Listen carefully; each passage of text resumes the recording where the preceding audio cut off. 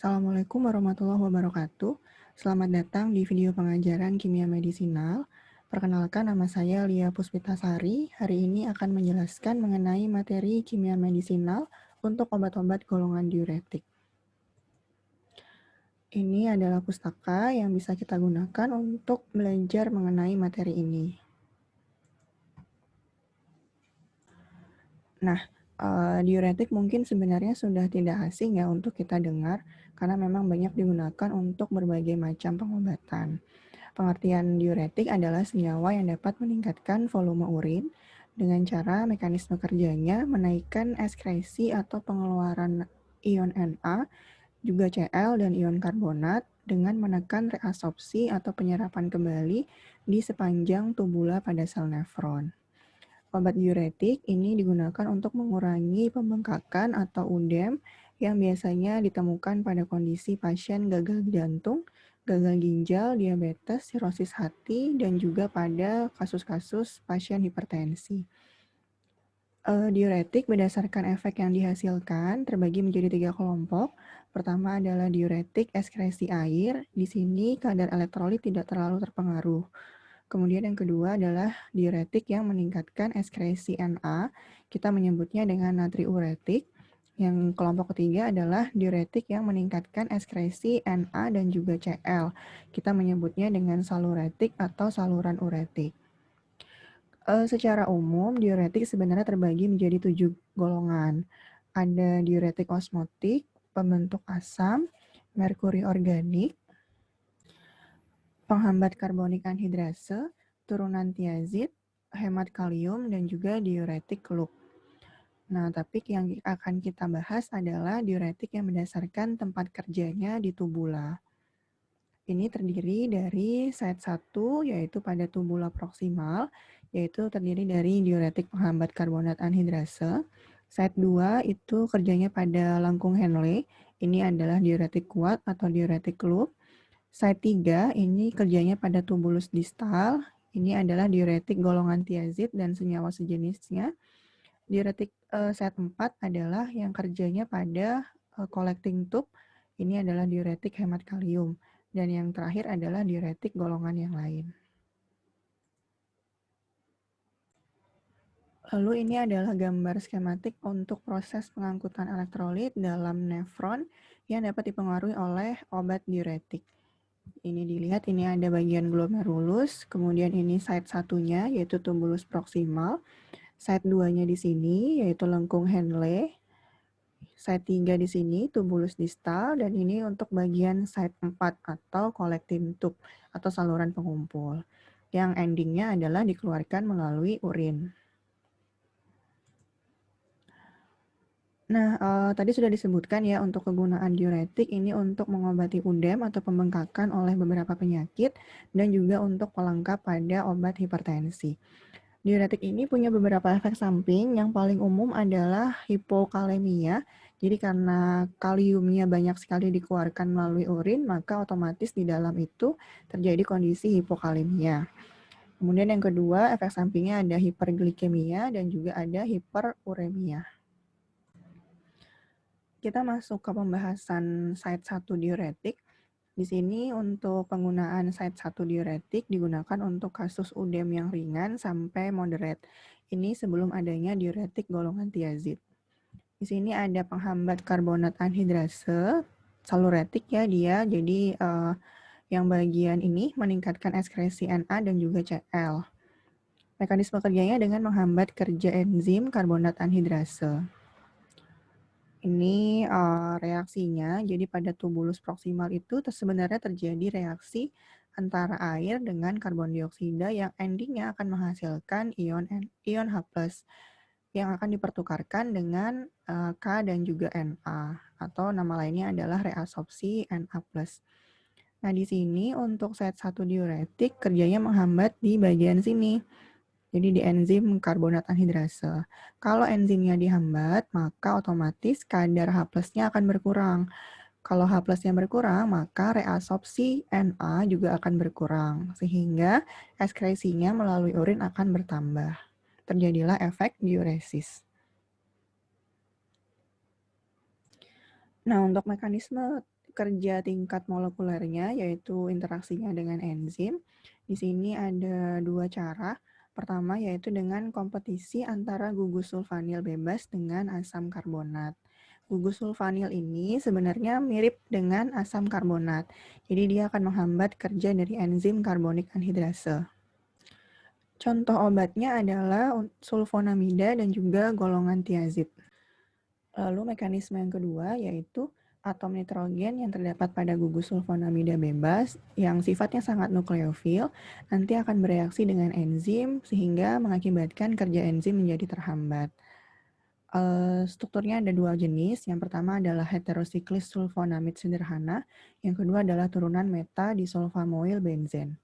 Untuk kajian hubungan struktur dengan aktivitasnya, yang pertama, untuk gugus sulfonamid itu harus dalam kondisi bebas.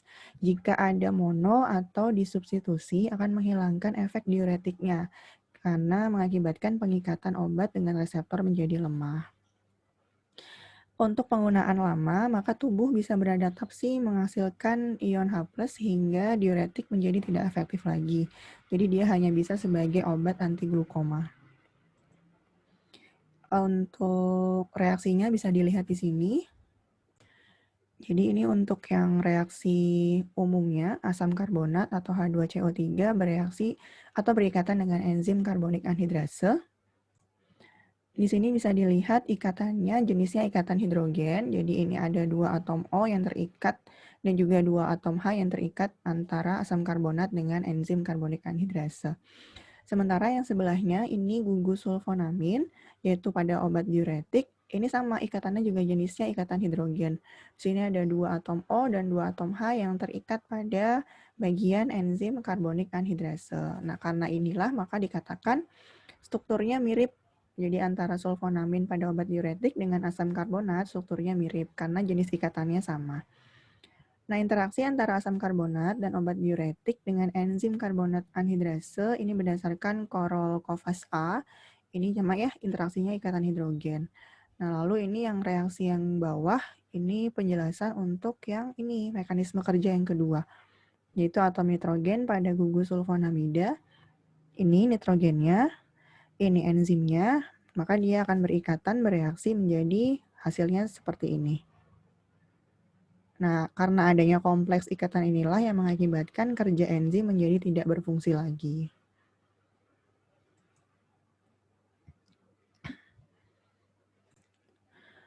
Lalu untuk contoh obat pada set 1 diuretik, ini ada acetazolamid, dan yang kedua adalah metazolamid. Sebenarnya kalau kita lihat strukturnya mirip ya antara acetazolamid dengan metazolamid. Yang berbeda adalah adanya senyawa atau gugus metil pada metazolamid, sementara pada aseta itu tidak ada gugus metilnya di sebelah sini. Jadi memang metazolamid ini adalah pengembangan atau perubahan dari obat acetazolamid. Ini adalah kelompok senyawa pertama yang ditemukan, jarang digunakan sebagai diuretik, biasanya digunakan untuk obat glaukoma dan juga untuk pelengkap obat epilepsi. Ini kemudian ketika dilakukan penambahan gugus metil menjadi metazolamid, adanya gugus ini dapat meningkatkan aktivitas dan juga memperpanjang masa kerja obat, karena mengakibatkan kelarutannya dalam lemak menjadi tinggi, absorpsi pada tubulus menjadi lebih baik, dan afinitas atau kekuatan ikatan terhadap enzim menjadi meningkat. Ini aktivitasnya 5 kali lebih besar dibandingkan acetazolamid, digunakan biasanya untuk terapi penunjang glaukoma kronik. Jadi sama-sama untuk glaukoma. Contoh lain ada etoxolamid dan juga diklorfenamid. Untuk etoxolamid ini aktivitasnya 2 kali lebih besar dibandingkan acetazolamid. Ini juga digunakan untuk glaukoma dan epilepsi. Untuk diklorfenamid ini kerjanya efeknya sama dengan metazolamid. Sama juga digunakan untuk glaukoma dan epilepsi. Selanjutnya untuk site 2 diuretik, ini dikatakan diuretik kuat atau diuretik loop. Ada 3 kelompok dengan struktur yang berbeda. dan bekerja pada tempat yang sama. Pertama ada diuretik merkuri, yang kedua turunan asam sulfamoil aminobenzoat, yang ketiga adalah turunan asam fenoksiasetat. Untuk diuretik merkuri ini sebenarnya jarang digunakan. Disebut dengan saluretik, ini menghambat reabsorpsi NaCl dan juga air. Absorpsinya rendah dan dapat menyebabkan iritasi lambung. Jadi biasanya kalau digunakan itu diberikan secara parenteral. Keuntungannya dia tidak banyak kehilangan kalium, jadi tidak mengakibatkan hipokalemia. Lalu keseimbangan elektrolitnya tidak terganggu dan juga tidak menyebabkan hiperglikemia. Namun dia juga punya kerugian. Yang pertama adalah mengakibatkan efek iritasi, kemudian menimbulkan nekrosis jaringan, juga menimbulkan reaksi sistemik yang berat. Makanya jarang digunakan untuk diuretik merkuri. Ini mekanisme kerja golongan diuretik merkuri pada enzim. Ada 2 mekanisme kerja. Di sini ion merkuri akan berinteraksi dengan gugus SH pada enzim ginjal. Jadi Hg ini nanti akan bereaksi atau berikatan dengan gugus SH pada enzim ginjal yang akan menghasilkan kompleks seperti yang ada di sini yang saya lingkari. Nah, ini tuh akan berperan dalam produksi energi untuk penyerapan kembali elektrolit dalam membran tubulus, sehingga enzim menjadi non-aktif, kemudian akan mengakibatkan reabsorpsi atau penyerapan kembali Na dan Cl di tubulus menjadi menurun, yang akan dikeluarkan bersama dengan air. Nah, efek itulah yang mengakibatkan adanya efek diuresis. Untuk yang ini, untuk GH, jadi Hg ini, ion merkuri, dia bisa berikatan dengan gugus GH maupun SH. GH ini adalah gugus nukleofil, contohnya ada OH, ada karboksilat, COOH, ada NH2, dan juga ada SH juga. Atau juga dapat diganti dengan cincin imidazol. Jadi yang sangat berperan adalah ion merkurinya, ion Hg. Untuk struktur dasar dan hubungan antara struktur dengan aktivitas, ini adalah struktur dasar dari diuretik merkuri. Karena dinamakan merkuri berarti ada ion Hg di dalam strukturnya. R ini adalah gugus aromatis, heterosiklis, atau alisiklis. Ini terikat pada rantai propil. Kita lihat C-nya ada 3, dinamakan propil, 1, 2, dan 3, dengan gugusan karbamoil atau hidrofil. Jarak antara gugus hidrofil dengan merkuri 3 atom C, propil. Jadi jarak antara Hg ini dengan gugus hidrofil yang sebelah sini, yaitu dibatasi dengan 3 atom C, 1, 2, dan 3. Rantai yang lebih pendek atau panjang menjadikan senyawa ini tidak aktif. Jadi kalau C-nya ada 4 atau lebih, atau C-nya ada 1 atau 2, maka obat ini akan menjadi tidak aktif. Jadi yang paling optimum adalah pada kondisi C-nya ada 3. Nah, R ini berpengaruh pada distribusi dan juga ekskresi. Untuk R-aksen yang di atas, ini dapat berupa gugus metil atau gugus etil, tapi ini pengaruhnya kecil terhadap sifat senyawa diuretik. Untuk X yang ada di sebelah Hg, ini adalah substituen hidrofil. Contohnya ada OH, Cl, Br, CH3, COO, atau juga teofilin. Untuk teofilin, dia bisa menurunkan toksisitas obat dan iritasi setempat. Juga meningkatkan kecepatan reabsorpsi dan punya aktivitas diuretik.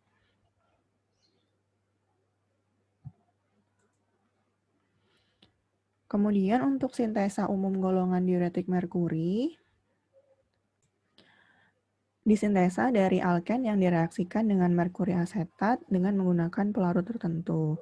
Untuk R-aksen, ini tergantung pelarutnya.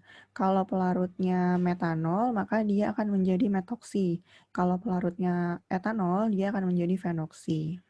Jadi tergantung pelarut yang digunakan. Contohnya ada merkaptomerin Na atau tiomerin yang tahun 1946 digunakan secara luas. Ada juga klormerodin dan juga merkurofilin. Yang gugus X-nya itu adalah merupakan molekul teofilin.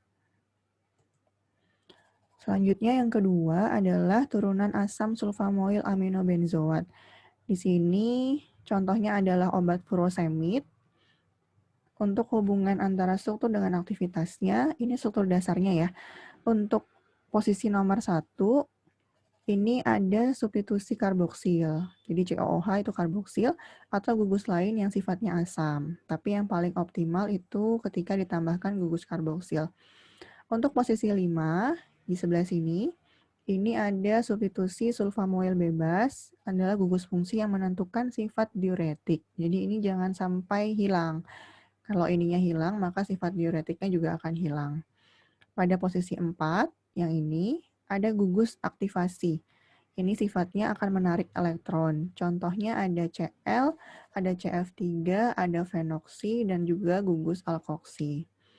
Untuk posisi 2 atau 3, ini ada substitusi gugus amin, tapi pada posisi 3 ini bisa lebih banyak gugus amin yang terikat, tapi yang paling optimum jika ada di substitusi pada posisi nomor 2. Jadi nomor 3 ini bisa lebih banyak, namun yang paling optimum itu pada posisi nomor 2.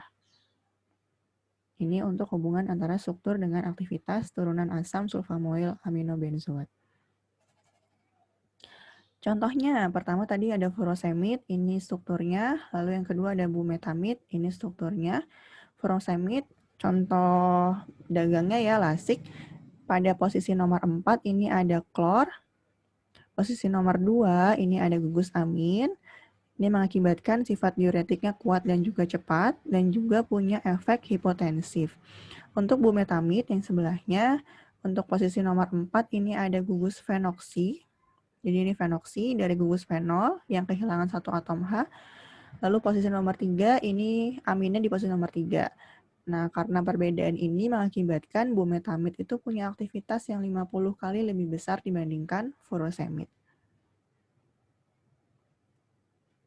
Ini gugus karboksilat, ini gugus sulfamoil yang nanti akan berikatan dengan enzim.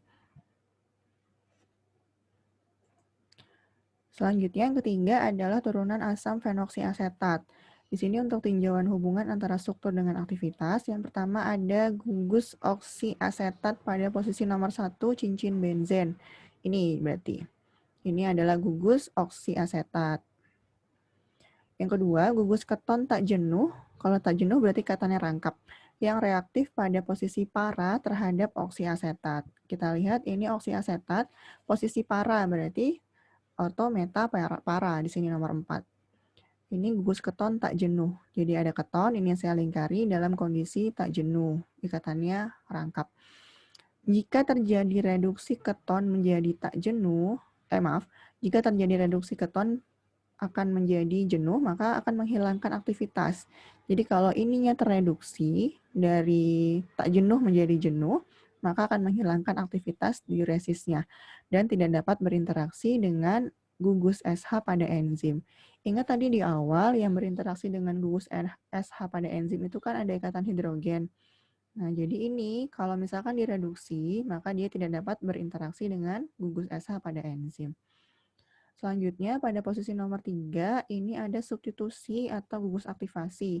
Bisa berupa metil, CH3, atau Cl. Disubstitusi pada 2 dan 3 sama saja akan meningkatkan aktivitasnya. Lalu aktivitas maksimal bila C beta keton tak jenuh, di sebelah sini yang saya lingkari.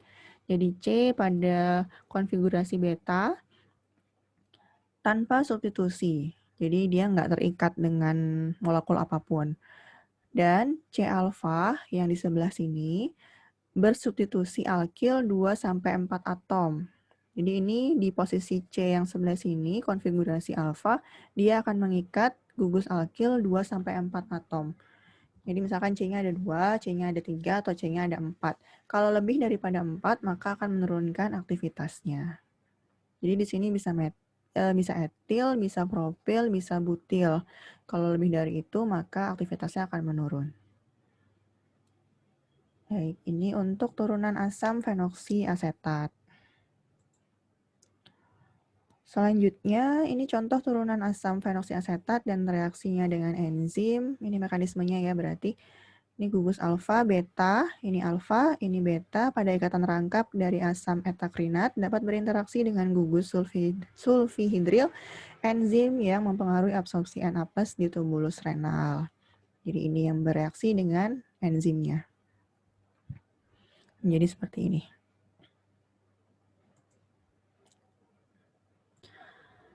Selanjutnya untuk zat 3 diuretik, contohnya ini adalah diuretik tiazid dan senyawa sejenis, kerjanya di tubulus distal.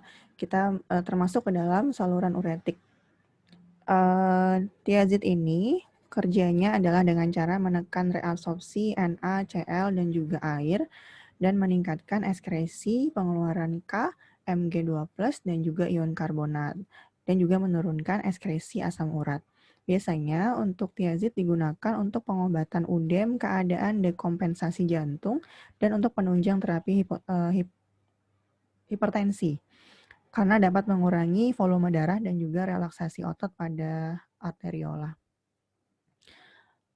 Untuk pengembangannya ini kloraminofenamid pada zat 1 diuretik direaksikan dengan zat asilasi yang sifatnya asam dan mengalami siklisasi sehingga terbentuk cincin benzotiadiazin atau tiazida. Jadi pengembangannya itu dari zat 1 diuretik ya, yang diubah direaksikan dengan suatu zat asilasi sehingga menghasilkan tiazid. Jika zat asilasi diganti dengan aldehid atau keton, maka akan terbentuk senyawa dihidro, dinamakan dengan hidrotiazid. Nah, tiazid dan hidrotiazid ini adalah struktur dasar diuretik peroral pertama. Ini struktur dasarnya.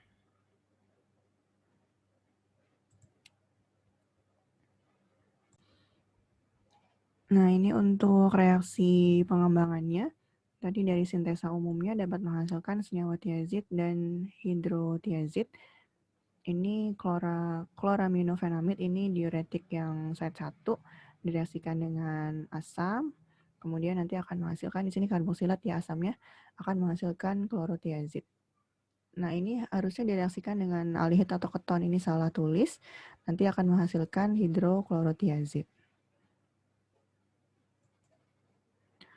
Untuk hubungan struktur dan aktivitas, ini adalah poin-poin di mana dapat meningkatkan aktivitas dari diuretik site 3. Yang pertama pada posisi 1 itu ada gugus sulfanil atau SO2 di sini. Jadi SO2 ini ada pada posisi 1. Kemudian tapi juga tidak hanya SO2 ya, bisa juga CO2 di sini. Bila posisi 2 ada substitusi alkil yang rendah, contohnya gugus metil di sini, maka dia akan meningkatkan aktivitasnya. Jadi N ini ya CH3. Kemudian bila pada posisi 3 di atasnya ada substitusi gugus lipofil, contohnya alkil terhalogen atau benzil, maka akan meningkatkan potensi dan lama kerja. Lalu pada ikatan rangkap posisi 3 dan 4 di sini, ini kan ada ikatan rangkap ya pada posisi C nomor 3 dan 4. Ketika direduksi atau menjadi jenuh, maka akan meningkatkan aktivitasnya sebanyak 10 kali lipat. Pada posisi nomor 6 harus ada substitusi penarik elektron, contohnya Cl, Cf3 atau NO2 yang disebut dengan gugus aktivasi. Jadi nanti di nomor 6 ini ada penambahan atau substitusi gugus penarik elektron. Bila ini hilang, maka aktivitasnya pun akan hilang. Nah, penggantian Cl dengan Cf3 akan menaikkan sifat lipofil hingga masa kerjanya lebih lama. Jadi kalau sifat lipofilitasnya meningkat, maka akan meningkatkan pula durasi kerja dari suatu obat. Untuk posisi nomor 7, ini cincin aromatik. Harus ada sulfanil bebas. Ketika terjadi mono atau disubstitusi menjadi tidak aktif. Gugus ini menentukan sifat diuretik. Kemudian nomor 7, gugus sulfanil posisi 1. Ini yaitu posisinya adalah para terhadap gugus aktivasi. Tadi kan gugus aktivasi di nomor 7 ya. Antara nomor 1 dengan nomor 7 itu kan posisinya para. Ada jarak 2 di antara mereka. Ini dapat diganti dengan gugus elektronegatif lain, contohnya CO. Nah, senyawa yang bersangkutan disebut dengan senyawa sejenis tiazid. Jadi kalau SO2 itu tiazid, kalau CO2 itu disebut dengan senyawa sejenis atau mirip tiazidah. Ini contoh-contoh produk C3 diuretik, nanti bisa dilihat sendiri. Ada klorotiazid, ada benztiazid, ada hidroklorotiazid, dan sebagainya.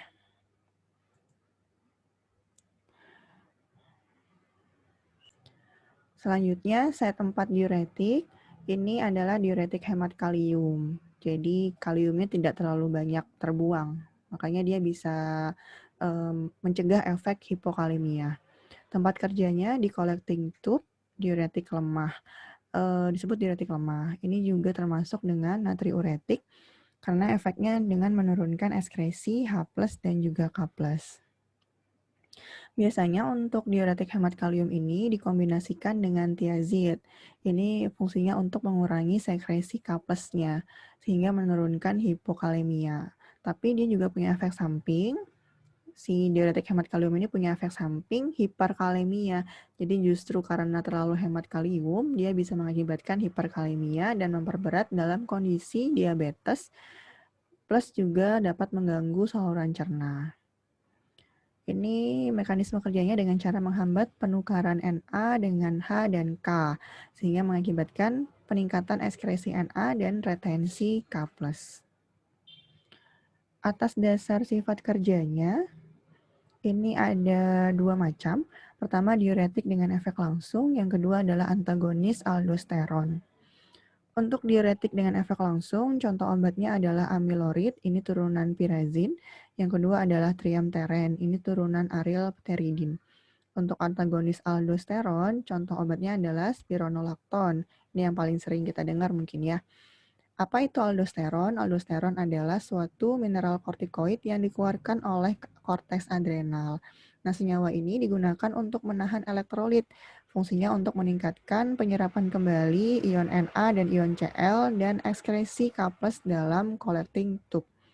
Jadi, untuk set 4 diuretik, fungsinya adalah menghambat dari peran aldosteron. Salah satu cara kerjanya. Ini contoh obat untuk diuretik hemat kalium. Ada aldosteron. Ini mekanisme kerjanya dengan penghambatan bersaing pada sisi reseptor. Oh maaf, ini antagonis aldosteron. Jadi ini struktur dari aldosteron. Ini adalah spironolakton yang berfungsi sebagai antagonisnya. Nah, ketika mengalami metabolisme di hati, spironolakton ini akan berubah menjadi kanrenon. Nah, ini yang mengakibatkan efek diuresis. Jadi ini bersaing nanti ya. Penghambatan bersaing antara spironolakton dengan aldosteronnya. Kemudian ini contoh lain ada aripteridin, ini pirazin. Terakhir adalah diuretik lain, jadi yang tidak termasuk ke dalam 4 set yang telah dijelaskan sebelumnya. Di sini ada diuretik osmotik, bekerjanya atas dasar hukum osmose, tekanan osmosis. Di sini zat dapat memekatkan cairan dalam tubulus sehingga penyerapan kembali air dapat dihambat. Kemudian ekskresinya akan naik, terjadilah efek diuresis. Syaratnya yang pertama dapat difiltrasi bebas pada glomerulus ginjal. Yang kedua sedikit direabsorpsi dalam tubulus dan bersifat inert. Contohnya adalah glukosa, sukrosa, manitol, dan juga urea. Biasanya digunakan untuk terapi infus parenteral. Yang kedua, turunan santin, ada yang dari alam, contohnya kafein, teobromin, dan teofilin. Ini punya efek farmakologi lain, contohnya untuk relaksan otot bronkial, tapi tidak dapat digunakan sebagai diuretik tunggal, jadi harus dikombinasi. Ini untuk santin, struktur dasarnya, contohnya pada senyawa kafein, teofilin, dan teobromin. Kalau pada kafein, ini gugus R1, R3 dan R7 itu adalah gugus metil. Sumbernya ada di kopi, ada di teh, ada juga di cola. Untuk teofilin, untuk R1 dan R3 gugus metil. Sementara pada R7 ini adalah atom H. Contoh sumbernya ada pada teh. Untuk teobromin, R1-nya H, untuk R3 dan R7 itu adalah gugus metil. Jadi kebalikan dari teofilin. Kalau teofilin 1 dan 3 metil, 7-nya H. Kalau teobromin, R1-nya H, R3 dan R7-nya gugus metil. Ini terdapat pada senyawa kakao atau coklat. Baik, sampai di sini dulu untuk penjelasan mata kuliah kimia medisinal obat-obat golongan diuretik. Apabila ada yang ingin ditanyakan, kita dapat di sesi diskusi nanti ya.